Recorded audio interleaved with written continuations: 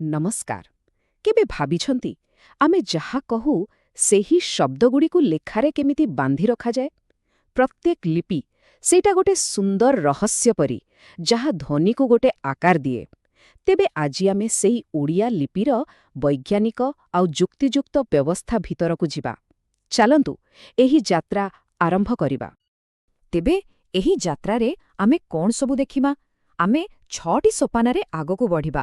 ପ୍ରଥମେ ଧ୍ୱନି ଆଉ ଲିପିର ମୂଳଦୁଆରୁ ଆରମ୍ଭ କରିବା, ତାପରେ ସ୍ୱରବର୍ଣ୍ଣ ଆଉ ବ୍ୟଞ୍ଜନବର୍ଣ୍ଣକୁ ଚିହ୍ନିବା, ଆଉ ତାପରେ ଦେଖିବା ମାତ୍ରା ଆଉ ଫଳା କେମିତି କାମ କରେ, ଯୁକ୍ତାକ୍ଷର କେମିତି ତିଆରି ହୁଏ, ଆଉ ଶେଷରେ କିଛି ଜରୁରୀ ବନାନ ନିୟମ ବିଷୟରେ ଜାଣିବା। ଠିକ୍ ଅଛି। ତେବେ ଆମର ପ୍ରଥମ ଭାଗ, ଓଡ଼ିଆର ମୂଳଦୁଆ, ଧ୍ୱନି ଏବଂ ଲିପି, ସବୁକିଛି ଏଇଠୁ ହିଁ ଆରମ୍ଭ। କୌଣସି ବି ଅକ୍ଷର ଲେଖିବା ପୂର୍ବରୁ କ'ଣ ଆସେ? ଧ୍ୱନି। ଏଇଟା ହେଉଛି ଭାଷାର ସବୁଠୁ ଛୋଟ ଏକକ, ଗୋଟେ ମୌଳିକ ସାଉଣ୍ଡ, ଯାହା ଆମ କଥାବାର୍ତ୍ତାର ମୂଳଦୁଆ। ଏମିତି କହିଲେ ଭୁଲ ହେବନି ଯେ ଏଇଟା ହିଁ ଭାଷାର ପ୍ରାଣ।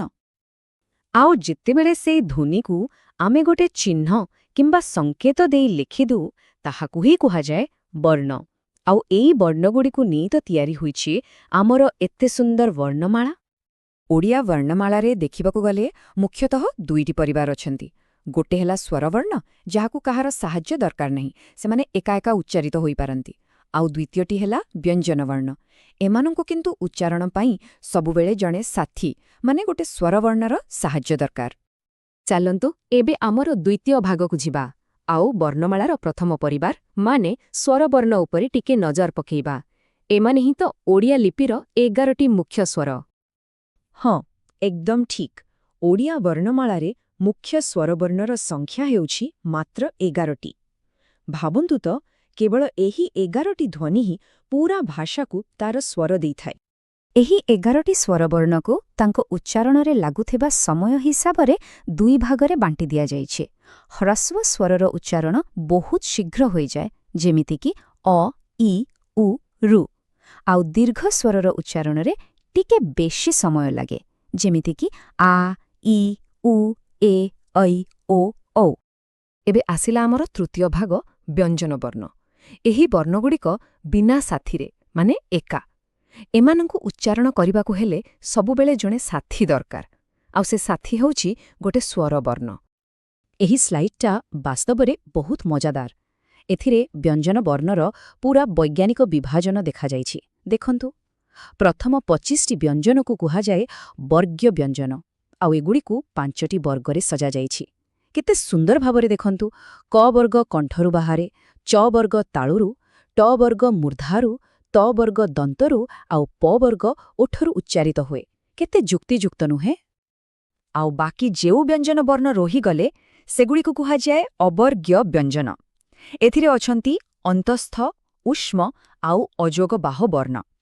ଏମାନଙ୍କର ସମସ୍ତଙ୍କର ନିଜ ନିଜର ସ୍ୱତନ୍ତ୍ର ଉଚ୍ଚାରଣ ଶୈଳୀ ଅଛି। ଠିକ୍ ଅଛି। ଏବେ ଆମେ ଚତୁର୍ଥ ଭାଗରେ। ଏଠି ଆମେ ଦେଖିବା କେମିତି ଏଇ ଅକ୍ଷରଗୁଡ଼ିକୁ ପରସ୍ପର ସହ ମିଶି ଅର୍ଥପୂର୍ଣ୍ଣ ଶବ୍ଦ ତିଆରି କରନ୍ତି। ଏଇଟା ହେଉଛି ମାତ୍ରା ଆଉ ଫଳା ବିଷୟରେ, ଯାହା ବ୍ୟଞ୍ଜନବର୍ଣ୍ଣକୁ ତାର ପ୍ରକୃତ ସ୍ୱର ଦେଇଥାଏ। ତେବେ ମାତ୍ରା କ'ଣ? ସରଳ ଭାଷାରେ କହିଲେ, ଯେତେବେଳେ ଗୋଟେ ସ୍ୱରବର୍ଣ୍ଣ କୌଣସି ବ୍ୟଞ୍ଜନବର୍ଣ୍ଣ ସହିତ ଯୋଡ଼ି ହୁଏ, ସେ ତାର ପୂରା ରୂପରେ ଆସେନି, ବରଂ ଗୋଟେ ସାଙ୍କେତିକ ଚିହ୍ନରେ ବଦଳିଯାଏ, ଆଉ ସେହି ସାଙ୍କେତିକ ଚିହ୍ନକୁ ହିଁ ଆମେ ମାତ୍ରା ବୋଲି କହିଥାଉ। ଦେଖନ୍ତୁ, ଏଇଟା କେତେ ସରଳ। ଆମେ କ ବ୍ୟଞ୍ଜନବର୍ଣ୍ଣରୁ ଆରମ୍ଭ କରୁଛେ, ଯାହାର ନିଜର କୌଣସି ସ୍ୱର ନାହିଁ। ଏବେ ଏଥିରେ ଆମେ ଆ ସ୍ୱରବର୍ଣ୍ଣର ମାତ୍ରା, ମାନେ ଆକୁ ଯୋଡ଼ିଦେବା। ଫଳ କ'ଣ ହେଲା? ଆମକୁ ମିଳିଲା କା। ଦେଖିଲେ ତ, ଗୋଟେ ସ୍ୱରହୀନ ବ୍ୟଞ୍ଜନବର୍ଣ୍ଣକୁ କେମିତି ତାର ସ୍ୱର ମିଳିଗଲା। ଠିକ୍ ସେମିତି ଫଳା ହେଉଛି ସେଇ ସାଙ୍କେତିକ ଚିହ୍ନ, ଯାହା ଗୋଟେ ବ୍ୟଞ୍ଜନବର୍ଣ୍ଣ ଆଉ ଗୋଟେ ବ୍ୟଞ୍ଜନବର୍ଣ୍ଣ ସହିତ ମିଶିଲା ବେଳେ ବ୍ୟବହାର ହୁଏ।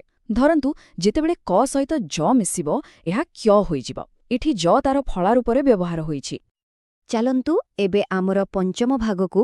ଏଠି ଆମେ ଦେଖିବା କେମିତି ଅକ୍ଷରଗୁଡ଼ିକୁ ଯୋଡ଼ି ଆହୁରି ଜଟିଳ ଆଉ ଶକ୍ତିଶାଳୀ ଧ୍ୱନି ତିଆରି କରାଯାଏ। ଆଉ ଏଇଟା ହେଉଛି ଯୁକ୍ତାକ୍ଷର ବିଷୟରେ। ଯୁକ୍ତାକ୍ଷରର ଅର୍ଥ ହେଉଛି ଗୋଟେ ନୂଆ ମିଳିତ ଅକ୍ଷର। ଯେତେବେଳେ 2 ବା ତାଠୁ ଅଧିକ ବ୍ୟଞ୍ଜନବର୍ଣ୍ଣଙ୍କ ମଝିରେ କୌଣସି ସ୍ୱରବର୍ଣ୍ଣ ନଥାଏ ଆଉ ସେମାନେ ପରସ୍ପର ସହିତ ମିଶିଯାଆନ୍ତି, ସେତେବେଳେ ହିଁ ଯୁକ୍ତାକ୍ଷର ତିଆରି ହୁଏ। ତେବେ ଗୋଟେ ଛୋଟ ପ୍ରଶ୍ନ, ଯଦି ଆମେ କ ଆଉ ଶକୁ ଏକାଠି ମିଶେଇବା ତାହେଲେ କେଉଁ ନୂଆ ଅକ୍ଷର ତିଆରି ହେବ ବୋଲି ଲାଗୁଛି? ଆଉ ଉତ୍ତର ହେଉଛି କ୍ଷ। ଦେଖିଲେ ତ କେମିତି ଦୁଇଟା ପୂରାପୂରି ଅଲଗା ଅକ୍ଷର ମିଶି ଗୋଟେ ନୂଆ ପରିଚୟ, ଗୋଟେ ନୂଆ ରୂପ ନେଇଗଲେ। ଏଇଟା ହିଁ ତ ଯୁକ୍ତାକ୍ଷରର ମଜା।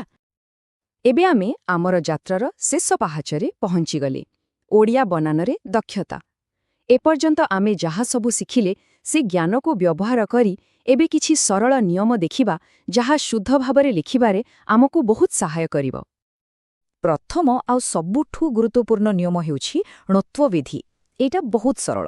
ସାଧାରଣତଃ ଯଦି କୌଣସି ଶବ୍ଦରେ ରୁ, ର କିମ୍ବା ଶ ପରେ ନ ଆସେ ତାହେଲେ ସେହି ନର ଉଚ୍ଚାରଣ ଣ ହୋଇଯାଏ, ଯେମିତିକି କାରଣ କିମ୍ବା ଭାଷଣ ଶବ୍ଦରେ ହୋଇଛି।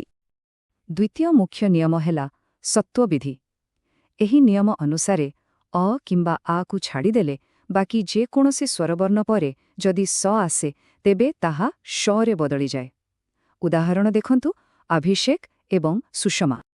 ଶେଷରେ ଗୋଟେ ସାଧାରଣ ଦ୍ୱନ୍ଦ୍ୱକୁ ଦୂର କରିବା, ଯାହା ପ୍ରାୟତଃ ସମସ୍ତଙ୍କର ହୁଏ। ବ ଆଉ ୱ ଭିତରେ ଫରକ କ'ଣ?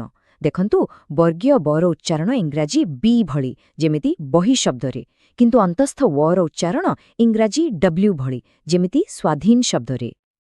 ତେବେ କଥା ହେଉଛି, ପ୍ରତ୍ୟେକ ଲିପି ହେଉଛି ଧ୍ୱନିକୁ ଧରି ରଖିବାର ଗୋଟେ କୋଡ୍। ଆଜି ଆମେ ସେହି କୋଡ୍ର ରହସ୍ୟକୁ ବୁଝିବାକୁ ଚେଷ୍ଟା କଲୁ। ଏବେ ଯେତେବେଳେ ଏହି କୋଡ୍ ଖୋଲିବା ଆରମ୍ଭ ହୋଇଛି, ଟିକେ ଭାବନ୍ତୁ ତ, ଏହା ଆମ ପାଇଁ ଆଉ କେଉଁ ନୂଆ ଦୁନିଆର ଦ୍ୱାର ଖୋଲିଦେବ?